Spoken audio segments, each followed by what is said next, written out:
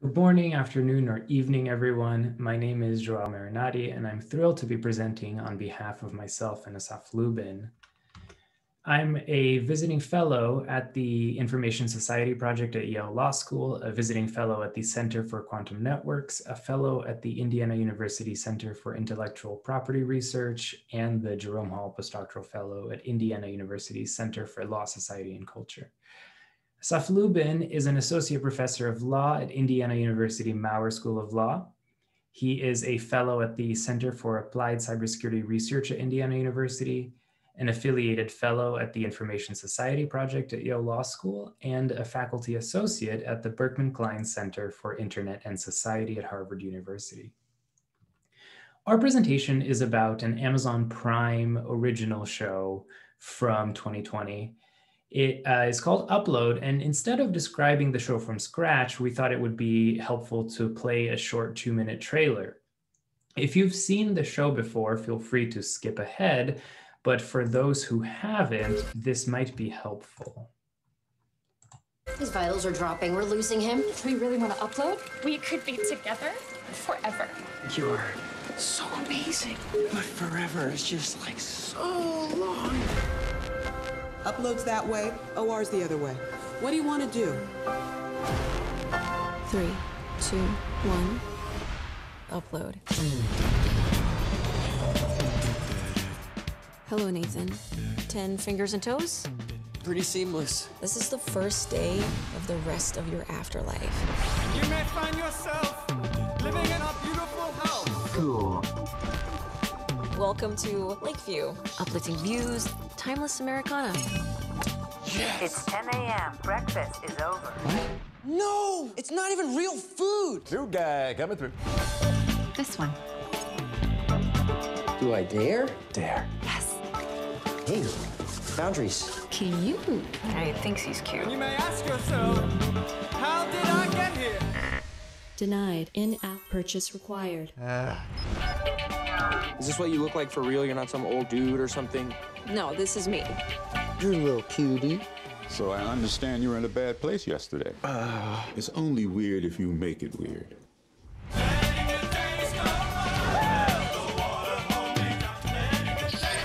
You're dead, man. What's up?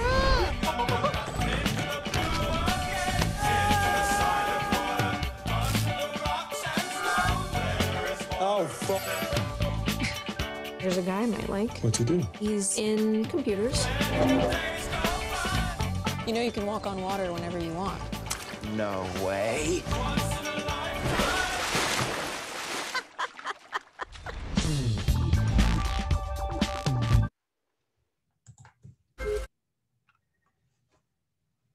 So in April 2020, Amazon released this comedy series called Upload. The show extrapolates a future in which technological advances have led to the successful simulation of human consciousness in silico. The technology is used by companies to upload dying individuals into digital worlds where they can live in perpetuity. When uploaded, human consciousness is converted into data, executable code, which can then be edited, throttled, or even deleted, depending on the upload's payment plan and status. By portraying this world, the show breaks the boundaries between what is reality and virtual reality, what is consciousness and artificial intelligence, and even life and afterlife, entangling various legal questions in novel ways. The neural simulation technology depicted in the show is in fact already in development. The Open Worm project, for example, used the fully mapped neural system of a nematode to copy-paste its brain into a computer, creating a virtual copy of the organism that reacts to stimuli the same way as the real thing. The uploaded nematode can move around, hunt bacteria, and even respond to simulated physical stimuli. It does so by relying on its virtual nervous system, which is simulated down to the level of its individual 302 neurons. Such successes, however, don't necessarily mean that human uploads are imminent.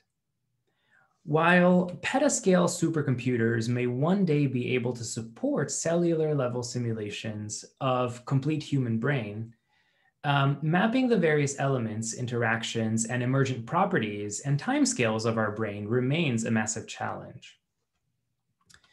Given that such upload technologies are not expected anytime soon, it might seem strange to give upload any sort of legal analysis. The show's world building, however, provides an opportunity to explore through a possible distant future the legal, social, and business decisions being made today. It serves as an exaggerated mirror through which we can explore the legal norms currently taken for granted. Specifically, three interrelated topics serve as the foundation of our analysis. First is the distinction between human consciousness and artificial intelligence, specifically in the context of contract and copyright law. Second is how legal personhood may be doctrinally denied to uploaded individuals, even if they are, for the sake of argument, as capable, conscious, and creative as living human minds. And finally, how the power imbalance between individuals and technology companies will continue to exacerbate the problems of contracts of adhesion and surveillance capitalism, even after death, ultimately entangling human rights and digital rights in a way that may actually reduce the freedoms that we enjoy. So first, I wanted to talk a little bit about contract and copyright in the context of this show. Upload depicts a future in which the current legal regime of copyright and contract law unintentionally reinstate a virtual form of servitude, robbing individuals of agency, autonomy, and ultimately legal personhood. To understand how this is so, consider first the existing law governing ownership of AI creations. In the United States, the Copyright Office has adopted a stringent human authorship requirement, according to which the office will only register an original work of authorship, providing that the work was created by a human being. Even in jurisdictions that seem more welcoming to the idea that AI-generated content may be copyrightable, the ownership rights ultimately belong to the entity using the AI, whether a person or a corporation. In 2020, for example, a court in Shenzhen, China, recognized that stories produced by Dreamwriter AI possessed sufficient originality to qualify for copyright protection. The court, however, granted the rights over the stories not to the Dreamwriter AI itself, but to the Chinese tech giant Tencent that created it. This restriction raises a theoretical question. Is there a qualitative difference between a living human brain and a computer? Nathan, the protagonist of the show, argues that there is none. He notes, in a sense, both of our consciousnesses are simulations, mine on a silicon computer and yours in a computer made of meat.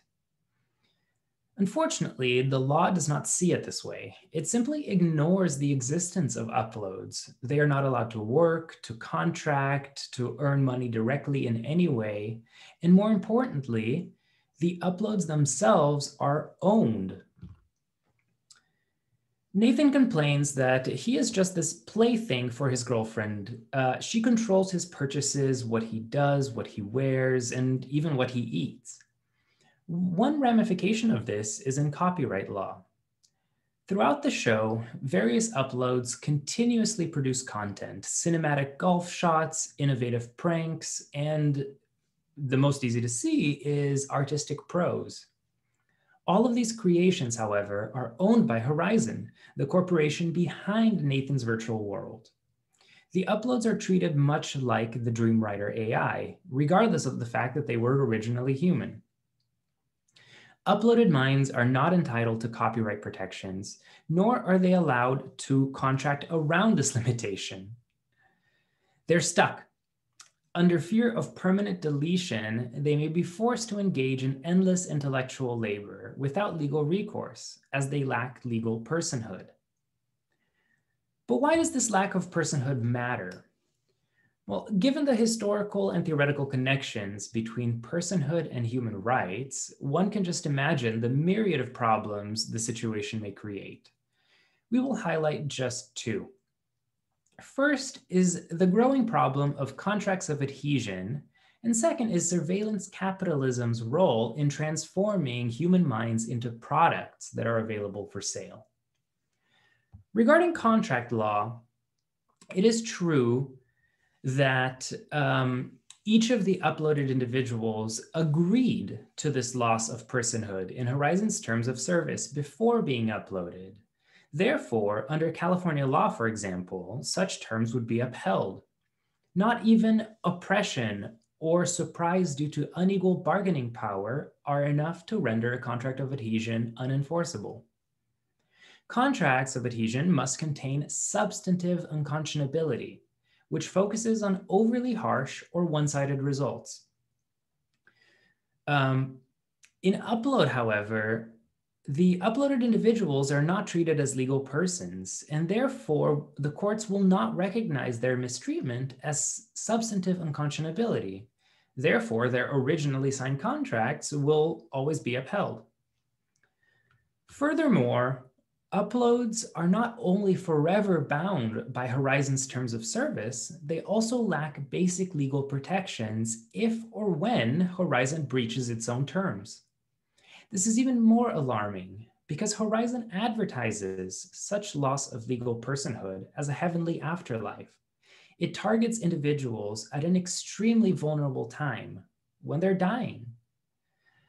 It targets them when their families are pressuring them. It targets when their fear of mortality takes over.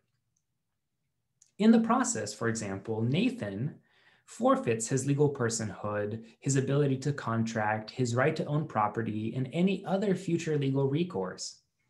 After scanning the minds of dying individuals, Horizon has these uploads locked in a golden cage where it not only collects monthly fees for hosting these unfortunate souls, but also has the legal power to make further profit off the fruits of their labor.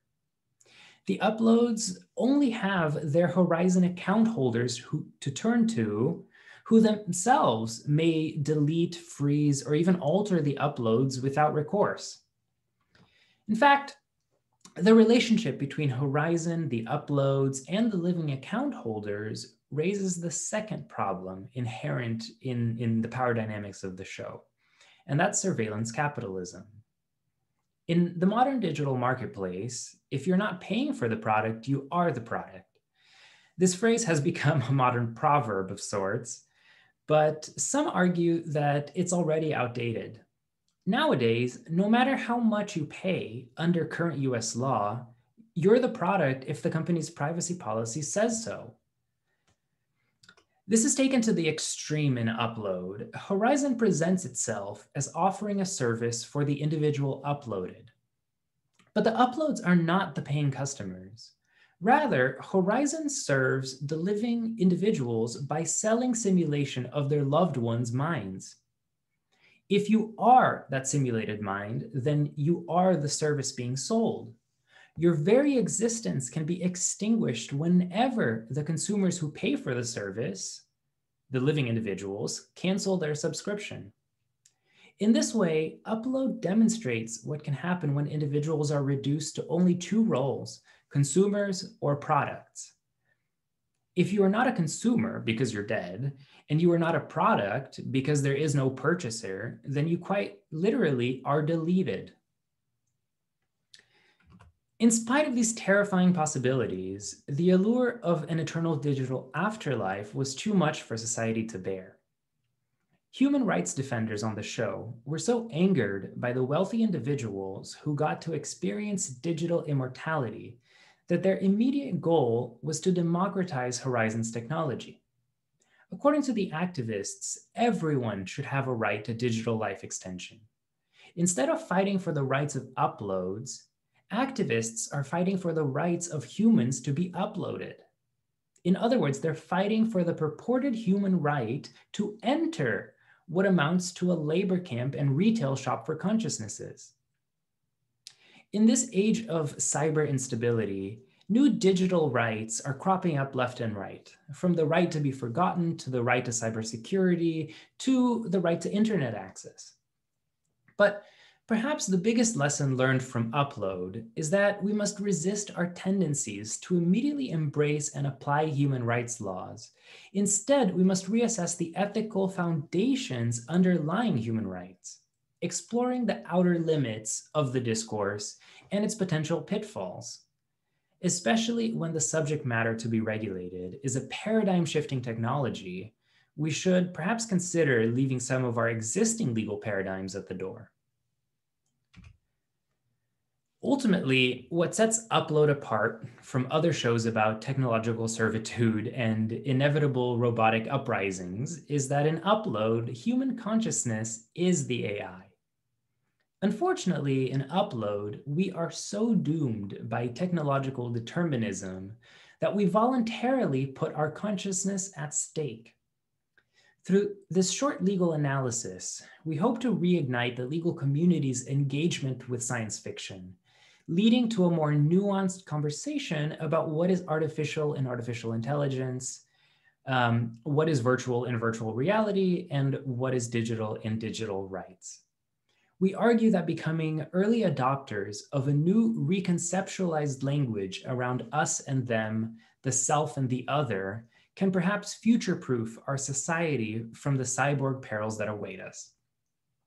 Let us trade a looming horizon for a slightly better horizon.